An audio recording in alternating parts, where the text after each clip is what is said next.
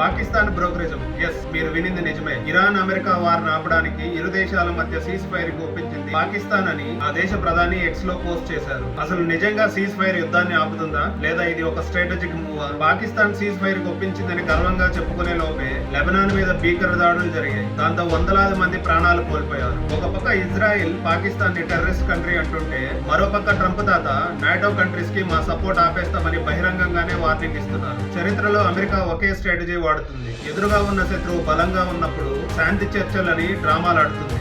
ఎందుకంటే అవతలి వాడి ఆర్టిలరీస్ అండ్ వాటి లొకేషన్స్ ఎక్కడున్నాయో తెలుసుకోవడానికి కొంచెం టైం కావాలి. ఈ సీజ్ ఫైర్ సాకుతో ఇరాన్ మిలిటరీ మూవ్మెంట్స్ అన్నిటిని క్లోజ్ గా వాచ్ చేసి కండిషన్స్ కుదరకపోతే కలెక్ట్ చేసిన డేటాతో మళ్ళీ దారిలోకి తెచ్చుకోవడం. కానీ ఇక్కడ ఇరాన్ అంత తెలివి తక్కువది కాదు. వాళ్ళ ఆర్టిలరీ అంతా భూగర్భ లొకేషన్స్ లో చాలా సేఫ్ గా ఎవరికి దొరకకుండా దాచేశారు. మరి 15 కండిషన్స్ కి అమెరికా ఒప్పుకుంటుందా లేదా ఇది మూడో ప్రపంచ యుద్ధానికి దారి తీస్తుందా? ఈ గ్లోబల్ పాలిటిక్స్ ఎటు వెళ్తున్నాయో చూడాలి. ఇలాంటి ఇంట్రెస్టింగ్ టాపిక్స్ డైలీ చూడాలనుకుంటే వీడియో లైక్ చేసి ఛానల్ సబ్స్క్రైబ్ చేయండి.